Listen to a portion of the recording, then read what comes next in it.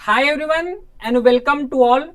इस वीडियो में कवर करने वाले हैं कि what should be actually practical way to recall and revise everything what we have learn in previous section. Got it.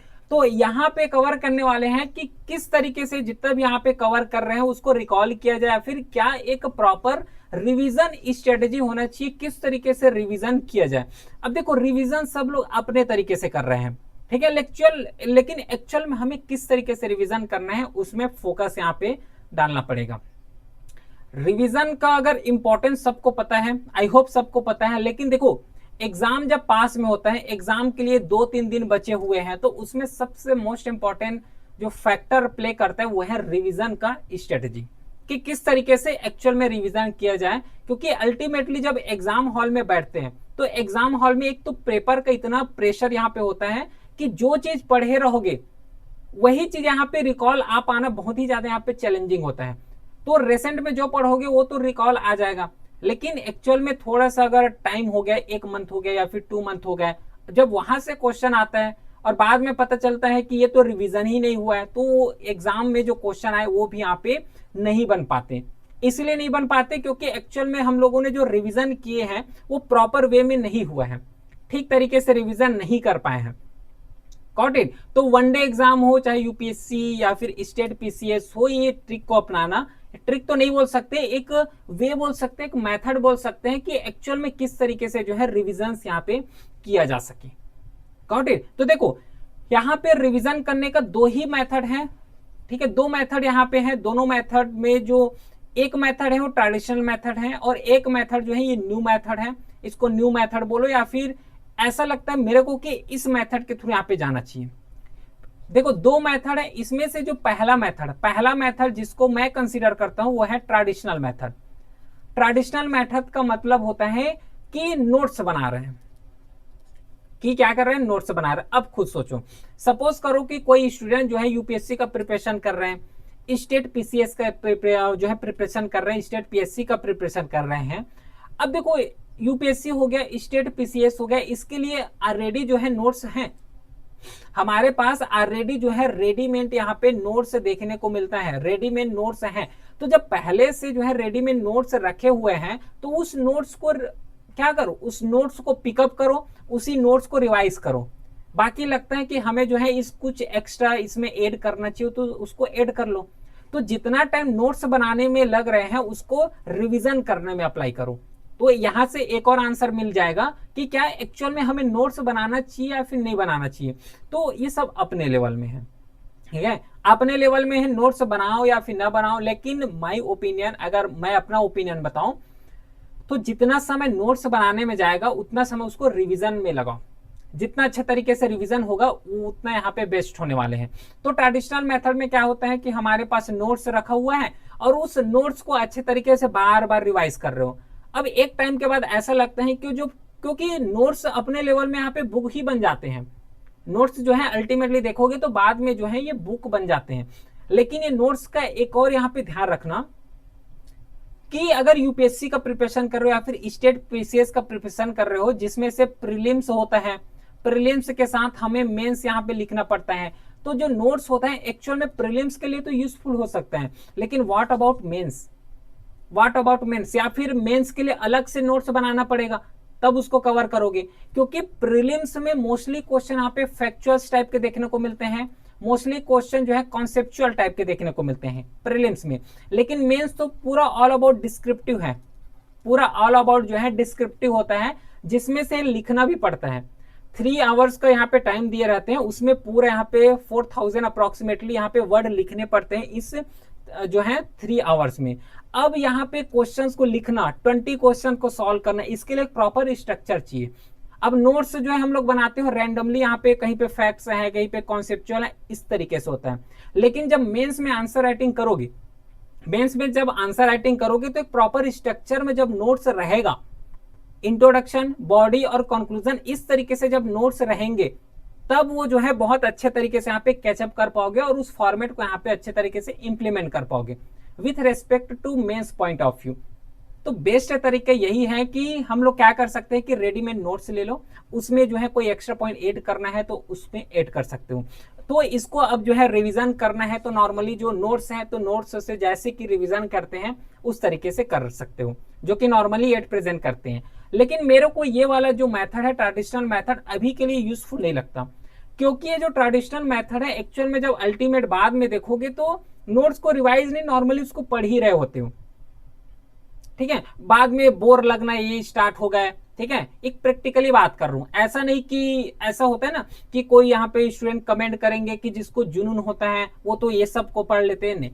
यहाँ पे प्रैक्टिकली बात कर रहे हैं, सभी लोगों को ध्यान में रखते हुए बात कर रहे हैं, क्योंकि नॉर्मली जो है जब कोई भी बुक को नॉर्मल तरीके से जब रीड करते हो तो बोरिंग फील यहाँ पे होता ही होता है, नो डाउट यहाँ पे बोरिंग फील होता है, ठीक है। तो इससे अच्छा जो सेकेंड मेथड है, ये सेकेंड मेथड ज्यादा यूजफुल है। सेकेंड मेथड में क्या करना है कि हमें मॉक टेस्ट के फॉर्म में यहाँ पे रिवाइज करना है पूरा। इससे दो एडवांटेजेस हैं। जो एक्स्ट्रा हम लोग मॉक टेस्ट लगाते हैं वो मॉक टेस्ट अब एक्स्ट्रा लगाने की जरूरत नहीं है, यही एक मॉक टेस्ट लो, इस मॉक टेस्ट से जो है एमसीक्यू भी सॉल्व करो और यही मॉक टेस्ट से जो एक रिवीजन है वो रिवीजन भी करो। ये दो यहाँ पे एडवांटेजेस हो जाएगा। अब ट्रेडिशनल नोट्स से जब रिवाइज करोगे तो इसमें जो है नोट्स लिखोगे, नोट्स बनाने के बाद जो नोट्स हैं उसमें रिवाइज करोगे करने के बाद एक्स्ट्रा मॉक टेस्ट देना पड़ेगा। लेकिन जब मॉक टेस्ट है तो यहाँ पे जो है दो एडवांटेजेस है।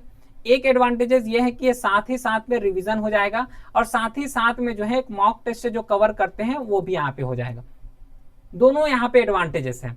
तो क्योंकि देखो ना मॉक टेस्ट में क्या होगा कि डिफरेंट डिफरेंट क्वेश्चन आएंगे, तो जो बोरिंग वाला फील होता है वो बोरिंग भी नहीं होगा, प्लस जो टेस्ट तो ऑलरेडी कवर करते ही जा रहे हो।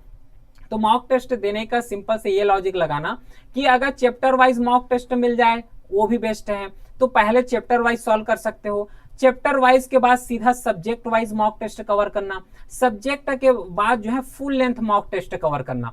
तो देखो इस तरीके से जब कवर करोगे तो कितना हॉलिस्टिकली वे में जो है रिवीजन होता चला जाएगा, अच्छे तरीके से यहाँ पे रिवीजन हो जाएगा, ठीक है। तो दो मेथड है यहाँ पे, ट्रेडिशनल मेथड और ये मॉक टेस्ट वाले मेथड, जो भी सुटेबल लगे उसके अनुसार जो है अपने लेवल में इंप्लीमेंट कर सकते हो। अभी भी स्टूडेंट को ट्रेडिशनल नोट्स भी यहाँ पे रिवाइज करते हैं, मैं ये नहीं बोल रहा हूँ कि ट्रेडिशनल नोट्स को छोड़ दो, नोट्स से ही मत बनाओ, ये सब इंडिविजुअल में डिपेंड करता है, ठीक है। ये दो मेथड दिया हूं मैं, जो सुटेबल लगे उसको फॉलो यहाँ पे कर सकते हो, कोई दिक्कत नहीं है। बस यहाँ पे ध्यान रखना कि अगर मॉक टेस्ट से रिवाइज कर रहे हो तो जो आंसर की मिलना चाहिए थोड़ा सा यहाँ पे डिटेल में मिलना चाहिए, कि कोई ऑप्शन अगर गलत हो रहा है तो क्यों गलत हो रहे हैं, कोई ऑप्शन सही हो रहा है तो क्यों सही हो रहा है। तो इस तरीके से जो डिटेलिंग वाले मॉक टेस्ट होते हैं वो यहाँ पे सफिशिएंट होता है, ठीक है। एक और रिवीजन का यहाँ पे ध्यान रखना कि हमें चैप्टर वाइज मॉक टेस्ट देना है, जो भी यहाँ पे मॉक टेस्ट दोगे वो चैप्टर वाइज यहाँ पे हमें मॉक टेस्ट देना है। मतलब क्या हो रहा है इसका कि जैसे कि सबसे पहले सपोज करो कि कोई चैप्टर है, उस चैप्टर को हम लोगों ने कंप्लीट कर लिए। अब कंप्लीट करने के बाद उसी चैप्टर से रिलेटेड हमें क्या प्रिपेयर करना है, एमसीक्यू प्रिपेयर करना है, और हमें इसी के साथ जो है डिस्क्रिप्टिव क्वेश्चन भी प्रिपेयर करना है, ठीक है। डिस्क्रिप्टिव क्वेश्चन, दोनों क्वेश्चन यहाँ पे सॉल्व करोगे जिससे प्रीलिम्स का प्रिपरेशन भी एक साथ हो जाए और मेंस का प्रिपरेशन भी एक साथ हो जाए। अलग अलग तरीके से नहीं करना है, प्रीलिम्स और मेंस का प्रिपरेशन एक साथ कवर करोगे।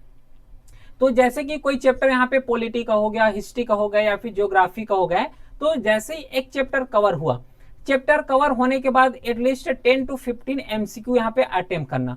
अब ये एमसीक्यू ऐसा नहीं कि रैंडमली कोई भी हो, जो लेवल है, चाहे यूपीएससी का दे रहे हो तो यूपीएससी का लेवल का होना चाहिए, वनडे एग्जाम का दे रहे हो तो वनडे एग्जाम का होना चाहिए, है ना। स्टेट पीसीएस का दे रहे हो तो स्टेट पीसीएस का लेवल का ये होना चाहिए। तो सेम जो है एमसीक्यू यहीं से लगा लिए, एमसीक्यू के साथ जो है एटलीस्ट 3 to 5 जो है हम लोग क्या कर सकते हैं, डिस्क्रिप्टिव क्वेश्चन कर सकते हैं, मतलब आंसर राइटिंग कर सकते हैं। तो इससे दो यहाँ पे फायदा हो रहा है, एक तो एमसीक्यू भी सॉल्व हो रहा है, दूसरा जो है यहाँ पे डिस्क्रिप्टिव है तो आंसर राइटिंग भी हो रहा है। तो बाद में जब आंसर राइटिंग करते हैं वो आंसर राइटिंग पहले से होना स्टार्ट हो रहे हैं, समझ पा रहे हो। तो ये जो है दो यहाँ पे एडवांटेजेस है, और तीसरा भी ऐड कर सकते हो कि साथ ही साथ रिवीजन भी हो जा रहे हैं। तो अल्टीमेटली जो रिवीजन स्ट्रेटेजी है वो इसी तरीके से होना चाहिए कि हमें जो रिवीजन करना है वो चैप्टर वाइज कवर करना है, ना कि चैप्टर को बस कवर करते जा रहे हैं, पढ़ते जा रहे हैं, बाद में कुछ समझ ही नहीं आ रहे हैं।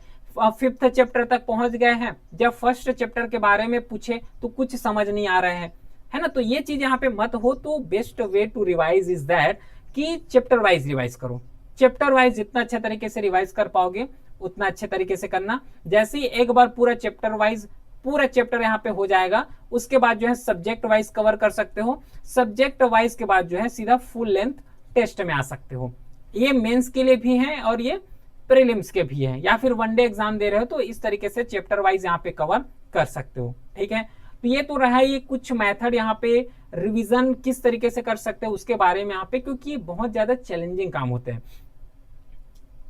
नोट्स ना बनाओ तो अच्छा रहेगा रेडीमेड, क्योंकि मार्केट में बहुत ज्यादा यहाँ पे रेडीमेड नोट्स हैं जो सुटेबल लगे, क्योंकि रेडीमेड नोट्स भी अपने लेवल में डेप्थ में लिखे हुए हैं। ठीक है, तो बिगनर हो तो उतना डेप्थ तक हम लोग नहीं लिख पाएंगे, समझ पा रहे हो। अगर फर्स्ट टाइम एग्जाम दे रहे हो या फिर बिगनर हो, यूपीएससी के बारे में कुछ नहीं पता या फिर अदर एग्जाम के बारे में, तो जब हम लोग उसका नोट्स बनाने जाएंगे तो उतना डीप में उतना अंडरस्टैंडेबल के साथ नोट्स नहीं बनेगा, जो कि ऑलरेडी रेडीमेड मार्केट में दिए हुए हैं। तो उसको यूटिलाइज करो रेडीमेड को, और जितना टाइम नोट्स बनाने में लग रहे हैं उसको थोड़ा सा यहाँ पे रिवीजन में लगा लो। ये बेस्ट तरीका होता है। बाकी कोई भी क्वेरी हो तो व्हाट्सएप नंबर है, लिंक डिस्क्रिप्शन में दिया हुआ है, वहां पे मैसेज कर सकते हो। टेलीग्राम चैनल ज्वाइन कर लो, वहां पे क्लासेस जो रनिंग हो रहे हैं अभी जो है रीडिंग कॉम्प्रिहेंशन का क्लास यहाँ पे चल रहे हैं, तो उसको एक बार कवर कर लेना, क्योंकि प्रीलिम्स 2026 का एग्जाम अभी पास ही में है। मिलते हैं नेक्स्ट क्लासेस के साथ, तब तक के लिए thank you, well done, have a great day.